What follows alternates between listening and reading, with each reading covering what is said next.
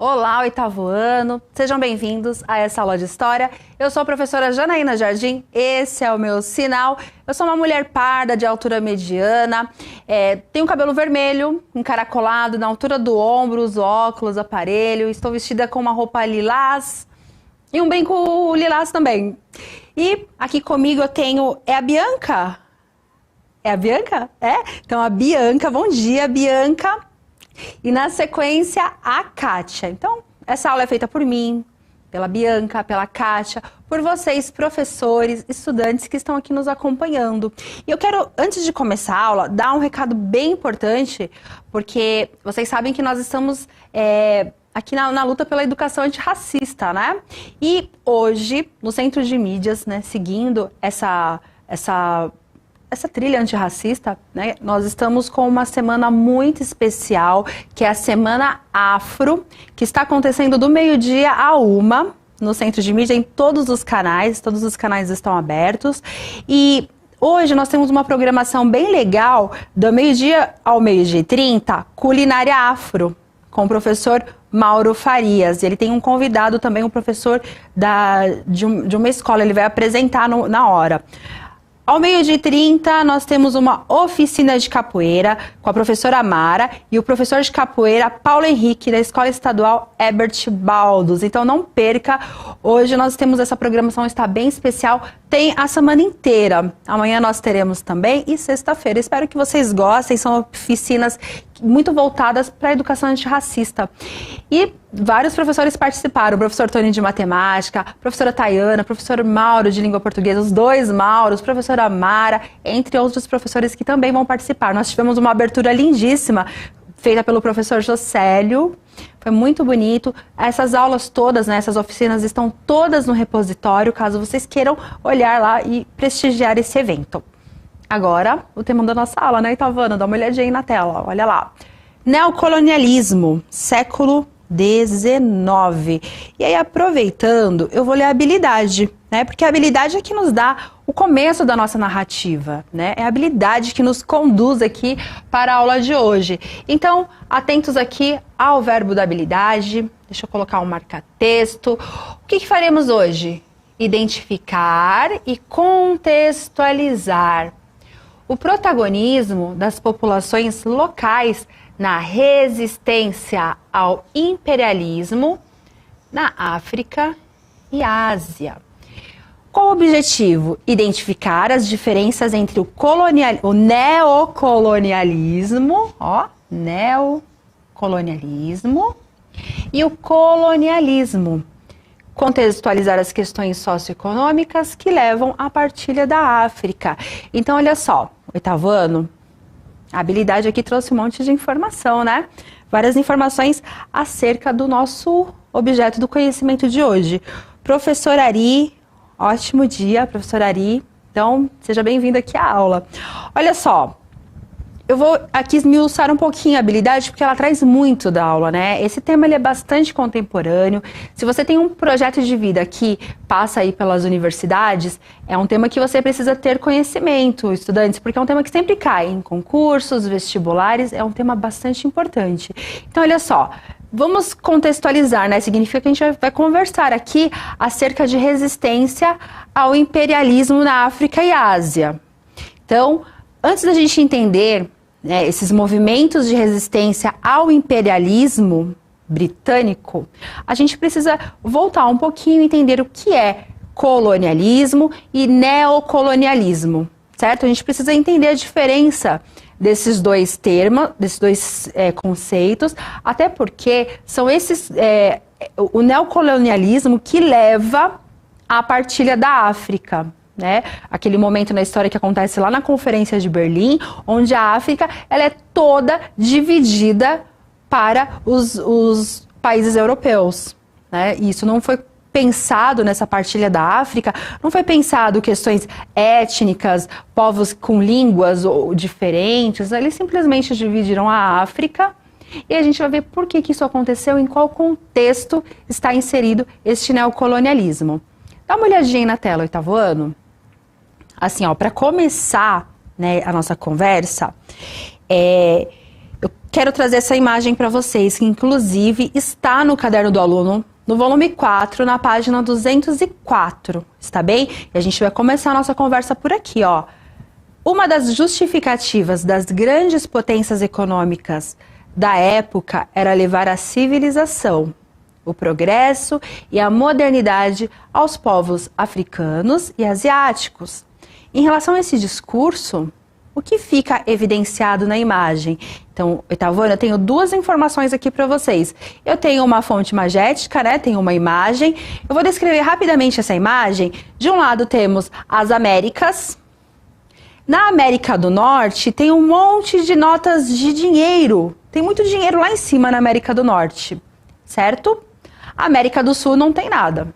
Está tudo em branco. E a América do Norte com muito dinheiro. Agora vamos olhar do outro lado. Do outro lado nós temos assim, ó, o continente africano, ele está todo cavado, a terra cavada. E em cima, que é o que vai representar ali o continente europeu, nós temos muito dinheiro, certo? Então, essa é a descrição da imagem.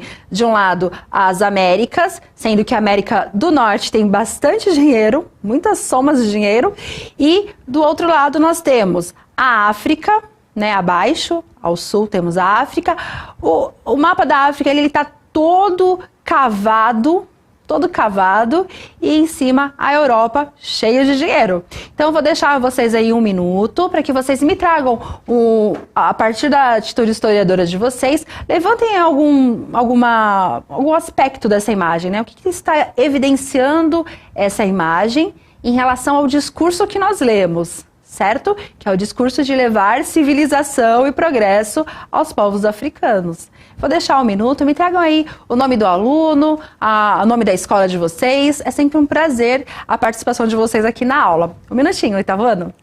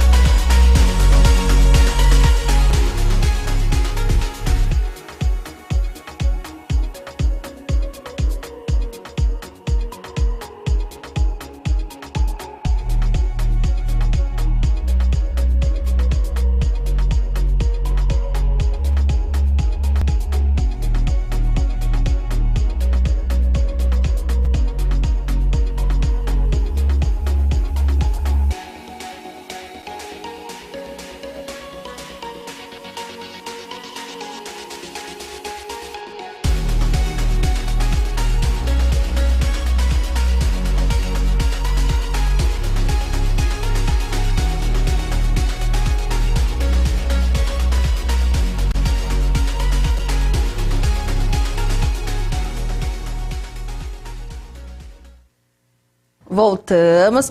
Aí quero dar aqui, ó, muito obrigada pela participação da Proana Luciene, da Escola de Iná, Pederneiras, de São Paulo.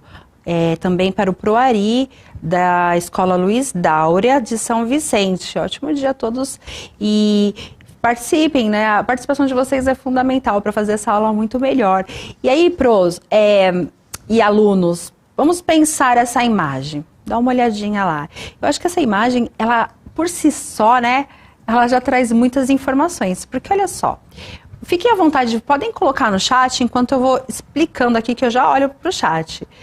Vamos pensar aqui na África, né, que nosso recorte ele está aqui na África e Ásia, mas a gente vai pensar aqui nesse pedaço aqui, ó. Olha só.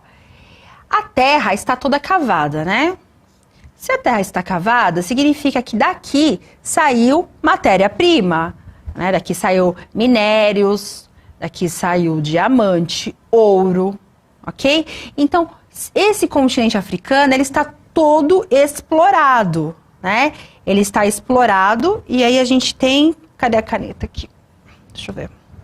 Não estou conseguindo mudar, então a gente... Ah, tá aqui. Ela foi para o outro lado. A caneta me enganou, ela foi para o outro lado. Então, esse continente africano... todo cavado, né? Então significa que ele foi explorado. Da terra saiu minério, saiu ouro. A gente pode pensar aqui também diamante, ferro, cobre, entre outros minérios. Para onde foi essa riqueza? Para onde foi essa riqueza? Só de olhar para o mapa, Qual seria a resposta de vocês, né? Só olhando para o mapa, olha só, o Pro José Ricardo, ele já está dizendo aqui que essa imagem ela está reproduzindo a exploração dos povos africanos e americanos. É isso aí, Pro. Aqui os povos americanos também. E aí a gente pensando aqui, né, pro José Rodrigues, para onde foi? Quem explorou eles? Né? Quem que explorou esse continente africano? Só de olhar para o mapa, a gente já começa a perceber que Europa tem dinheiro aqui e América do Norte também.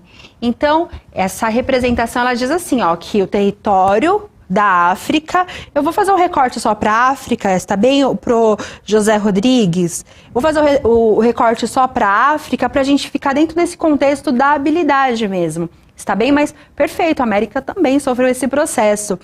E aí, essa fonte iconográfica, ela já até mostra, né? Essa fonte magética, desculpem, ela já mostra isso. O continente africano, ele foi explorado. E quem que ganha com essa exploração? A Inglaterra, países da Europa, certo?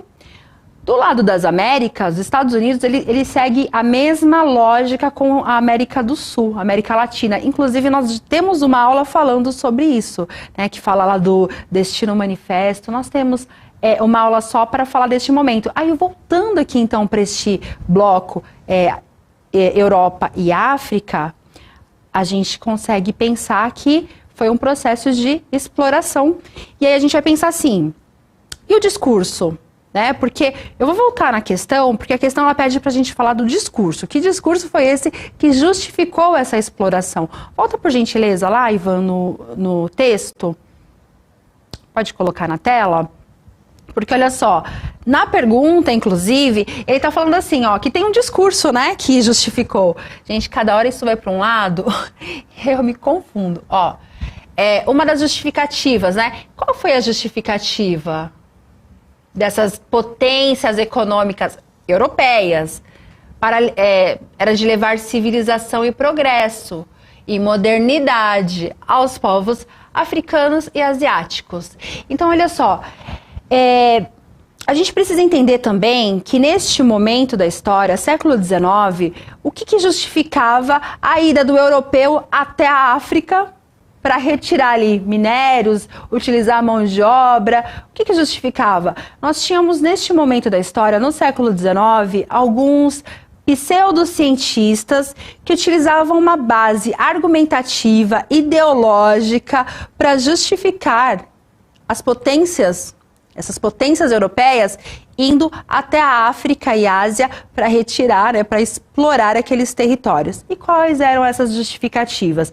Aí são várias, né? A gente tem, por exemplo, a justificativa da missão civilizadora, né? Então o europeu ele fala assim, olha, é o fardo do homem branco. O fardo do homem branco europeu de ir até os continentes africanos e asiáticos. Nós temos esse fardo de levar civilização, progresso e modernidade. É um discurso ideológico, né? E aí, neste momento, nós temos também o darwinismo social, né? Que foi a utilização, a apropriação errada do darwinismo, lá das ciências, né? Lá da biologia, do darwinismo, passando para a história, dizendo que algumas espécies humanas são superiores a outras. E aí, 8º ano, não preciso nem dizer, né, que neste contexto, quem eram as espécies superiores? Os homens brancos europeus. E as espécies humanas inferiores? Africanos e indígenas. E por que eles usavam essa base ideológica, argumentativa de que alguns povos eram superiores? Para justificar a sua empreitada econômica, para justificar essa exploração do território africano, né? E asiático também, o que também, como o Prof falou aqui perfeitamente, aconteceu também na América. E aí, deixa eu ver aqui, a Pro Maria do Carmo, da Escola Estadual Ana Ferrari Rossi, ela disse, o discurso civilizatório, o fardo do homem branco. É isso aí, Pro Maria do Carmo. Esse discurso civilizatório, ele justifica a ida do europeu à África. E o que eles fazem na África? Exploração, colonial. A gente já vai falar um pouquinho disso. Aí, o Procélia, o objetivo era a exploração dos minérios e a busca de consumidores dos seus produtos. Perfeito. Mas para justificar, né? Porque você não pode simplesmente chegar na África e na Ásia e na América e matar indígenas e africanos em nome da economia sem ter uma justificativa ideológica. Foi isso que aconteceu no século XIX. Aí temos darwinismo social. Eu vou falar alguns trabalhos científicos, quer ver? Ó, o darwinismo social. Aí tem o Gobineau também. O que o Gobineau fala? O Gobineau é mais para as Américas. O que ele fala? Que a miscigenação, mistura de raças, causa inferioridade étnica. Então, quando a gente mistura muito, causa inferioridade. O que ele quer dizer? Misturem brancos com brancos para a gente acabar com a população indígena e africana, certo? Tem também o Francis Galton, que ele fala da eugenia. Vamos clarear as populações, né? Isso foi utilizado aqui no Brasil. Nós falamos na última aula sobre discursos civilizatórios aqui no Brasil e como que eles vão justificar a nossa base racial, né, a nossa base estrutural tão racista que nós temos. César e Lombroso. O César e Lombroso, dentro aí desse contexto de teorias que justificam, né, esse momento histórico, o César e Lombroso, ele vai falar da teoria do assassino nato. Então ele diz assim que ele vai medir crânios e ele diz que alguns seres humanos já nascem propensos à criminalidade. Que alguns seres humanos já nascem para o crime, né? Que só de medir o crânio, o tipo físico, diz que aquele ser humano ele já nasce um criminoso. E aí a gente começa a pensar, né? Dentro desse discurso, século XIX, Europa indo para a África para buscar minério, ouro. Quem são as pessoas, quem são os seres humanos inferiores, quem são os seres humanos que eles consideram assassinos perigosos? Homens negros, africanos, mulheres negras, africanas. Não podemos esquecer dos povos indígenas também. Dá uma olhadinha na tela, pessoal. Tá muito legal a participação de vocês aqui no chat, bem legal. Eu já vou lendo aqui as interações de vocês conforme a gente vai conversando.